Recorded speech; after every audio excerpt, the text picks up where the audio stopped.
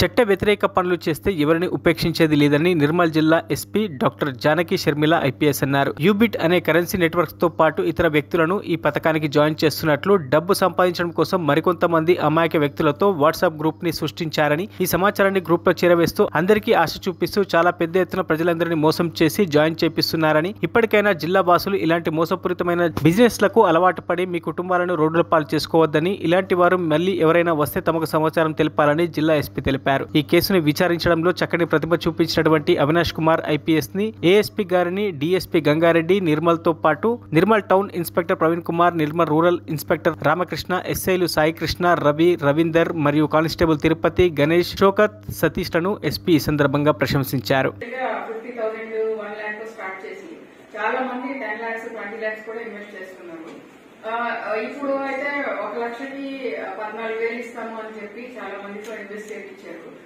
మనకి ఏమవుతుందంటే ఇప్పుడు ఒక స్టేజ్ కి వచ్చింది, మన ఎస్పీ గారు చెప్పినట్టు వీళ్ళు ఏం చేస్తారంటే ఈ టోటల్ ఈ ఫండ్ అంతా కొంతమంది చేతిలో ఉంది. కంపెనీ మన వెబ్సైట్ లో ఏం చూపిస్తున్నారో అందరికి, అంటే డిఫరెంట్ పర్సన్స్ చాలా మంది కొనుక్కున్నారు కాబట్టి క్రాష్ అయ్యే అవకాశం లేదు అని చూపిస్తున్నారు. కానీ యాక్చువల్ గా వాళ్ళ ఫ్యామిలీ మెంబర్స్ వాళ్ళ దగ్గరే ఉంటుంది స్టాక్. అంటే ఈ గ్రూప్స్ లో కూడా వీళ్ళు స్టార్స్ ఇస్తున్నారు. ఎక్కువ మంది 5,000 మందిని పెట్టిన వాళ్ళకి 3 స్టార్, ఇంకా అంతకంటే ఎక్కువ పెట్టే వాళ్ళకి 5 స్టార్ ఇస్తారు.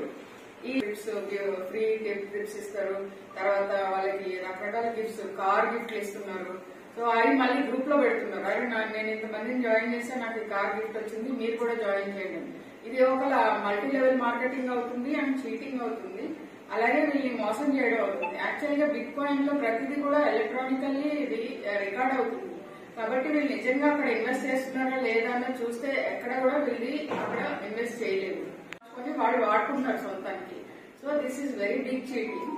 యాక్చువల్లీ మనము ఈ కేసు మనము ఇన్వెస్టిగేట్ చేయడం వల్ల చాలా మందికి మనము ప్రివెంట్ చేయగలిగాము. చాలా పెద్ద ఫ్రాడ్ ప్రివెంట్ చేయగలిగాము. ఇది మార్చిలో ఒక హిమాచల్ ప్రదేశ్ లో దగ్గర 2,500 కోట్ల స్కామ్ అయింది. సో చాలా మంది దీంట్లో పెట్టుబడి పెట్టున్నారు. కాబట్టి నేను అందరినీ కోరుకుంటున్నాను ఏంటంటే ఈజీ మనీ కోసం మనం ఆశపడి ఇట్లాంటి వాటిల్లో పెట్టుబడి పెడితే చాలా వరకు నష్టపోతాము.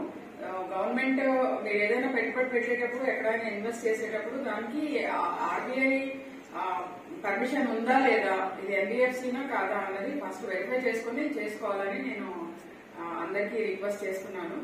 వచ్చేసి వాళ్ళు సాయిలు, మెయిన్ వచ్చి రాజ్ కుమార్ అని ఎక్స్ఆర్బీ పర్సన్ అండ్ సాయిలు అని టీచర్ ఉన్నారు. తర్వాత ఇంకా గంగాధర్ అనే ఒక ఎక్సైజ్ అండ్ కానిస్టేబుల్ మంగేష్ ఉన్నారు. తర్వాత మరిన్ని అప్డేట్స్ కోసం మా ఛానల్ ని సబ్స్క్రైబ్ చేయండి.